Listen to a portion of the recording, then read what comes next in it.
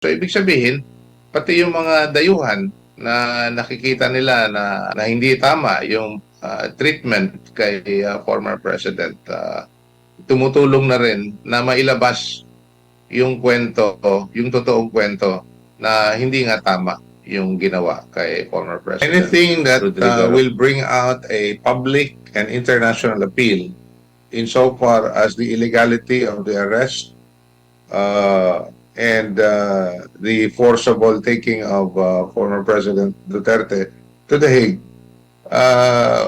would help the cause of the former president, and that includes the cause of the millions of Filipinos who have been praying and supporting for him. Ito pong International Career Support Association o ICSA, isa po itong UNNGO, nag-file po sila ng statement na doon po sa United Nations, nag-submit sila doon ng kanilang panig at sila po ay nakakusa sa Marcos Jr. government na ginagamit na raw yung ICC laban kay dating Pangulong Rodrigo Duterte. Itong ganitong mga petisyon o mga liham o mga statements na isinusumite po sa United Nations, ito ba'y makatutulong, sir, sa kaso ng dating presidente? Anything that will bring out a public and international appeal insofar as the illegality of the arrest and the forcible taking of former President Duterte to The Hague would help the cause of the former president, and that includes the cause of the millions of Filipinos who have been praying and supporting for him. No?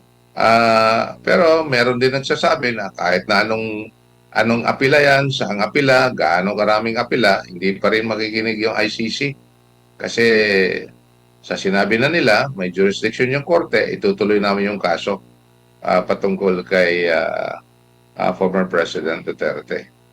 So, but whatever is the case, hindi tayo hihinto. Ang pag-alam ko, yung sinasabi mong grupo, hindi nga yan grupo ng mga Pinoy solely, no? Opo.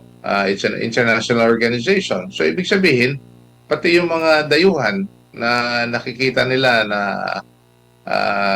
hindi tama yung treatment kay former President, tumutulong na rin na mailabas yung kwento, yung totoong kwento na hindi nga tama yung ginawa kay former President Rodrigo Roa Duterte.